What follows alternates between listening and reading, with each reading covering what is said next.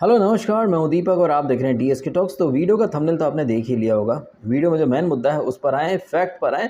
उसके पहले थोड़ी फंसे फिलोसफी वाली बातें भी कर लेते हैं। तो फिलोसफी वाली बातों में एक कोट कहा जाता है कि जब तक सच जो है वो नहाए धोए तैयार होए जूते पहने बाहर आए, तब तक झूठ जो है वो पूरी दुनिया में फैल चुका होता है। लेकिन सच तो सच ही होता है, देर सवेर ये सच जो है वो बाहर आ ही जाता है। हाँ, अब कुछ लोग जो हैं वो उस सच को स्वीकार ना करें तो ये उनकी मूर्खता है। लेकिन हमारे देश में ऐसे मूर्खों को बुद्धिजीवी माना जाता है। उन लोगों के अकॉर्डिंग एक चाय वाला जो है वो पीएम कैसे बन सकता है। बट आयरनी की बात है कि वो लोग जो चाय वाले के पीएम बनने से नाराज़ हैं, वो सामाजिक न्याय लाने की बातें भी करते हैं। वो गरीबों की बातें करते हैं, किसानों के हक की बात करते हैं। लेकिन उन्हीं लोगों से ये बर्दाश्त नहीं हो रहा है कि एक चाय वाला जो है वो पीएम कैसे बन गया, और उस पीएम को अगर कोई सपोर्ट करे तो उन बुद्धिजीवी मूर्खों के अकॉर्डिंग वो पर्टिकुलर इंसान एक अंधभक्त हो जाता है, जस्ट बिकॉज कि वो मोदी जी को सपोर्ट कर रहा है। खैर, ये तो हो गई फिलोसफी वाली बातें। अब जरा आ जाते हैं फैक्ट वाली बातों के ऊपर। तो फैक्ट से मुझे याद आया कि आपके सामने एक नहीं कईयों बार मैंने कुछ वीडियोस डाले हैं जो कि पूरी तरह से फैक्ट बेस्ड थे। कई सारी बातें जो मैंने करी उन्हें साबित करने के लिए रेफरेंस, चाहे आर्टिकल्स या फिर न्यूज़पेपर के क्लिप्स या फिर कतरन। अच्छा, हम कुछ आर्टिकल्स के लिंक डालें या फिर उनके स्क्रीनशॉट डालें या फिर न्यूज़ आर्टिकल का आपको रेफरेंस दें तो वो फेक न्यूज़ है। लेकिन राजा रेबीज कुमार किसी भी अखबार का कोई एक पन्ने का फ़ोटो डाल दें या किसी आर्टिकल का स्क्रीनशॉट डाल दें तो उन्हें देखने वाली ऑडियंस के लिए वो एक परम सत्य हो जाता है। और ये जो ऑडियंस है जो कि राजा रेबीज कुमार को देखती है, ये 2017 से जिस तरह से रेबीज कुमार और राठी ने जर्मनी में बैठकर लोगों को जो ब्रेन वॉश किया है, ये ब्रेन डेड ज़ॉम्बीज बन चुके हैं सारे। और इन सारे ब्रेन डेड ज़ॉम्बीज के अकॉर्डिंग वो जो नकली जो किसान आंदोलन था, वहाँ पर भी आपने देखा अन्नदाता अन्नदाता के नाम से पीपीटी बजाई गई। जबकि समय के साथ वो जो किसान आंदोलन था उसका जो करता धरता था वो योगेंद्र यादव, उसने खुद कबूल कर लिया था कि ये जो किसान आंदोलन था ये किसानों के लिए नहीं, ये तो यूपी चुनाव का माहौल बनाने के लिए था। फिर आपने देखा कि वो जंतर मंतर में पीपीएल शुरू हो गई थी। केपीएल के बाद पहलवान प्रोटेस्ट लीग। उन पहलवानों का रियल इंटेंशन क्या था? कोई ट्रायल वगैरह कुछ नहीं देना, सीधा ओलंपिक में जाना है। लेकिन उन नौटंकीबाज पहलवानों के उस फेक प्रोटेस्ट को भी ये रेबीज और इनका जो गुट है, दल है, ठगबंधन है, वहाँ पर जनता पर थोपता रहा कि देखो सरकार के खिलाफ ही प्रोटेस्ट करें, सपोर्ट करो सपोर्ट करो। तो एक नहीं कईयों बार ये रेबीज कुमार और जिस प्रोटेस्ट को ये सपोर्ट करता था वो प्रोटेस्ट कितना झूठा कितना फेक, ये बार बार आपके सामने साबित हो चुका है। लेकिन खुद को इंटेलिजेंट और बुद्धिजीवी मानने वाले लोग आज तक उस सच को स्वीकार नहीं कर पाए कि किसान आंदोलन किसानों के लिए नहीं था, पहलवान आंदोलन पहलवानों के लिए था ही नहीं। ये सारे आंदोलन जो थे वो सरकार के खिलाफ माहौल बनाने के लिए थे। सरकार के खिलाफ माहौल बनाने के लिए रेबीज कुमार ने 2014 से ही मुहिम शुरू कर दी थी। डर का माहौल है, डर का माहौल है, डर का माहौल है। और इसी मुहिम को और आगे बढ़ाने के लिए रेबीज कुमार ने 2016 में एक मरे हुए स्टूडेंट की बॉडी पर अपनी वो प्रोपेगेंडा की रोटियां सेकी। फिर उसमें वो जो जेएनयू गैंग था, सूर्य भास्कर वगैरह सब आ गए। आयरनी की बात देखिए कि रोहित वेमुला जो कि स्टूडेंट था तेलंगाना में, आत्महत्या वगैरह करता है और उसके बाद सीधा मोदी से इस्तीफा मांगा जाता है। बट आप एक कर्मा का चक्र देखिए कि जब बॉलीवुड में सुशांत सिंह राजपूत की मृत्यु होती है और वहाँ पर लोग शक की जो सुइयां हैं वो करण जौहर की तरफ मोड़ देते हैं, तो ये सूर्य भास्कर जो रोहित वेमुला की मौत के ऊपर मोदी का इस्तीफा मांग रही थी, वो सडनली खड़ी हो जाती है करण जौहर की वकील बनकर और कहती है अरे भैया ये तो पागलपन है, कोई मरा कहीं है लेकिन आप वो करण जौहर पर उंगलियां उठा रहे हो, भाई ये तो मूर्खता है। लेकिन तेलंगाना में कोई सो कॉल्ड दलित लड़का आत्महत्या करता, लेकिन उसका इल्ज़ाम सीधा मोदी के ऊपर लगा दिया जाता है। वो मूर्खता नहीं थी, वो तो महान ज्ञानचंद की औलादों की एक फितरत थी। तो एक चीज़ आप समझ जाएं कि सुशांत के टाइम पर इस लॉबी के तेवर या इनका अंदाज़ कुछ और था। रोहित वेमुला के टाइम पर इन लोगों का अंदाज़, इनके तेवर, इनके लॉजिक कुछ अलग थे।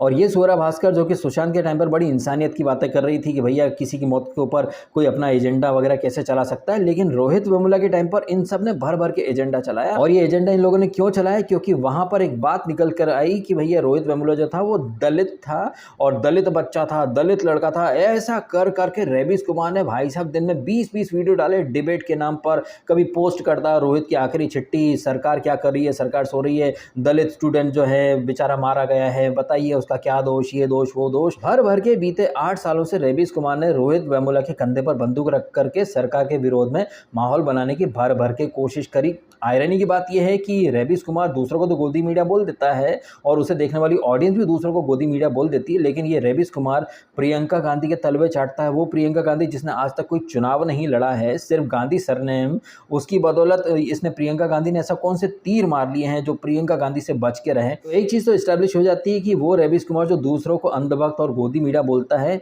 ये रेबिस कुमार नकली गांधी परिवार का परम भक्त है और पिद्दी मीडिया बन करके काम करता है। और ये जो नकली गांधी परिवार है, इनका जो अलायंस है वेस्ट बंगाल में, वहाँ ममता बनर्जी है।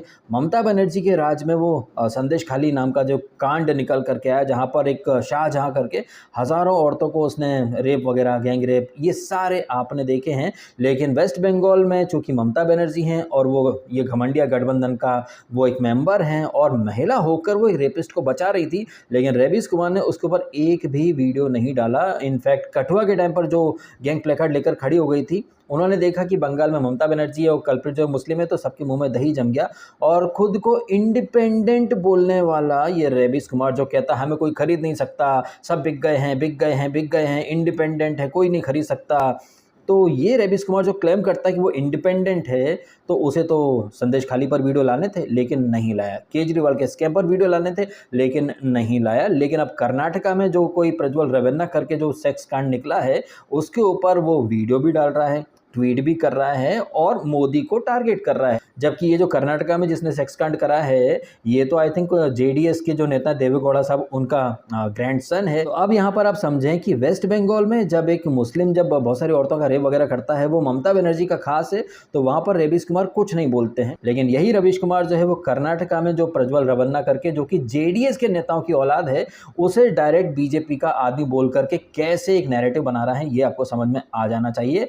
इतना सब देखकर भी अगर आपको चीज़ें समझ में नहीं आ रही हैं, तो इसका मतलब यही निकलेगा कि आप ब्रेन डेड ज़ॉम्बी बन चुके हैं, बिकॉज आप कई सालों से रेबिस कुमार को देख रहे हैं। ये रेबिस कुमार जिसने रोहित वेमुला को दलित बोल करके पब्लिक पर थोप दिया कि दलित स्टूडेंट है, ये है, वो है। बताओ, मोदी के राज में स्टूडेंट जो है वो मारे जा रहे हैं, आत्महत्या कर रहे हैं, वो भी दलित दलित दलित। अब 8 साल के बाद पता चल रहा है कि भैया रोहित वेमुला तो दलित था ही नहीं। और इससे भी बड़े वाले ट्विस्ट की बात यह है कि वो कांग्रेस पार्टी जो कि 2016 से लगी थी कि रोहित वेमुला दलित था, उसे इंसाफ दिलाओ, हम न्याय दिलाएंगे, न्याय दिलाएंगे। अब इत्तेफाक से यही कांग्रेस पार्टी तेलंगाना चुनाव जीत करके पावर में आती है और तेलंगाना सरकार जांच गठित करती है, कमेटी बनाती है, और वो कमेटी क्या बोलती है, अरे भैया ये रोहित वेमुला तो मतलब दलित था ही नहीं, इसने तो रियल आइडेंटिटी छुपा रखी थी, दस्तावेज फर्जी दिए थे, वो दलित कोटे से जो प्रिविलेज मिलते उनका फायदा उठाना चाहता था, केस खत्म कर दो। और ये केस खत्म किसने करा है? तेलंगाना पुलिस ने, जो कि आती है तेलंगाना सरकार के अंडर। और तेलंगाना में अभी किसकी सरकार है? कांग्रेस पार्टी की। तो आप समझ जाइए कांग्रेस की कथनी, इंसाफ दिलाओ, रोहित को इंसाफ दिलाओ, और करनी, अरे वो तो दलित था ही नहीं, काय का इंसाफ, लो बाबा जी का ठुल्लू। अब चूंकि ये सर्टिफिकेट कि रोहित वेमुला दलित नहीं था, ये सर्टिफिकेट इश्यू किया है तेलंगाना की कांग्रेस सरकार ने। अब रेबिस कुमार की दुविधा ये है कि वो तो खुद कांग्रेस पार्टी का आईटी सेल है, कांग्रेस के जो फेंके हुए टुकड़े उन पर वो पलता फूलता है, तो वो किस मुंह से यहाँ पर अब वीडियो बनाए? अब वो वीडियो नहीं बनाएगा। ये बिल्कुल वैसे ही जैसे कि जब राजस्थान में कांग्रेस की सरकार थी, वहाँ अडानी जाता था तो रेबिस कुमार को भी अडानी सही लगता था, पप्पू को तो सही लगता ही था। लेकिन यही अडानी जब बीजेपी रूलिंग स्टेट में जाता है तो अरे बिक गया, मोदी ने सब बेच दिया। बट यही अडानी अब तेलंगाना में जा रहा है, एमओयू साइन कर रहा है हज़ारों करोड़ के, तो वही सबके मुंह में दही जम जाता। तो ऐसे एक एग्जांपल हो तो मैं बताऊं भी, इसी वीडियो में आपको कई सारे एग्जांपल मैंने बता दिए जहां पर साबित हो जाता है कि रवीश कुमार न सिर्फ एक नंबर का झूठा है, बल्कि महान लेवल का कमीना भी है। वो सिर्फ और सिर्फ सरकार के खिलाफ माहौल बनाने के लिए किसी की मौत के ऊपर दर्जनों के हिसाब से वीडियो बना देता है। पश्चिम बंगाल में जो संदेश खाली नाम का जो कांड निकला, वहाँ पर रेबिस कुमार ने वीडियो तो छोड़ो, ट्वीट तक नहीं करे। बदायूं में 2 बच्चों के गले काट गया एक मुसलमान, लेकिन उसके ऊपर कुछ नहीं बोला। कर्नाटका में नेहा नाम की लड़की को 9 बार फयाज ने चाकू से दिन दहाड़े गोद के मार दिया। रेबिस कुमार के मुंह से एक शब्द नहीं निकलता, लेकिन दिल्ली में एक पुलिस वाला एक मुस्लिम को लात मार देता है तो वो सांप्रदायिक हो जाता है। बताइए, इतने सारे एग्जाम्पल्स आपने देख लिए हैं, इसके बावजूद अगर आप लोग अभी भी इस भ्रम में हैं कि रेबिस कुमार जो है वो इंडिपेंडेंट जर्नलिस्ट है, सच्चा पत्रकार है, तो भैया जैसे कि ऑलरेडी मैंने कहा, आपका ब्रेन वॉश हो चुका है। सीधी बात, नो बकवास। एक चीज़ और, अब चूंकि तेलंगाना में कांग्रेस की सरकार है, जस्ट इमेजिन कीजिए यही काम अगर तेलंगाना में बीजेपी की सरकार होती तो अब तक रवीश कुमार जो है वो 20 वीडियो लेकर के आ जाता। गजब तानाशाही है भाई साहब, कोई उस बच्चे के माँ बाप के बारे में सोच नहीं रहा है। गोदी मीडिया जो है वो एक दलित को जनरल कैटेगरी का डिक्लेयर कर रहे हैं, बताओ लोकतंत्र मर गया, लोकतंत्र मर गया। ये रवीश कुमार ने ना इसके जितने भी ब्रांडेड ज़ॉम्बीज़ हैं उनको बस 4-5 लाइनें पढ़ा दी हैं। पहला ईवीएम हैक हो गई, लोकतंत्र मर गया, महंगाई, जीडीपी, रोजगार नहीं है, ये नहीं है, वो नहीं है, तानाशाही है। बस उसी लूप में रवीश कुमार और जर्मन शेफर्ड ने अपनी ऑडियंस को उलझाए रखा है। उसके बियॉन्ड ये लोग कुछ देखते ही नहीं है। चलिए इन्हीं सारी बातों के साथ ये वीडियो में कर देता हूँ खत्म। आई होप कि आपकी आंखों के ऊपर जो एक पर्दा पड़ा था 2014 के बाद से कि रवीश कुमार सच्चा जर्नलिस्ट है और ये सोरा एंड गैंग जो है वो वाकई में इंसानियत की कदर करते हैं, तो आई थिंक ये भ्रम आपका दूर हो जाना चाहिए। और वो तमाम लोग जो अब भी रवीश कुमार को सच्चा जर्नलिस्ट मानते हैं उन तक इस वीडियो को भेजिएगा ज़रूर और उनसे सवाल भी कीजिएगा कि अभी तेलंगाना में कांग्रेस की सरकार ने ये केस क्लोज किया है कि वो दलित नहीं था। यही काम अगर बीजेपी कर देती तो अब तक तो हाय तौबा मचना शुरू हो जाती है। डिक्टेटर है, मन मर्जी चला रहा, तानाशाही। ये सवाल आप उन लोगों से ज़रूर पूछिएगा जो अब भी रवीश कुमार को देखते हैं और उसे सच्चा जर्नलिस्ट मानते हैं। इतने सारे फैक्ट, इतने सारे एग्जाम्पल्स आपको दिए हैं, आप दिखाइएगा उन सबको, ठीक है। चलिए इन्हीं बातों के साथ वीडियो खत्म करता हूँ। Thank you so much.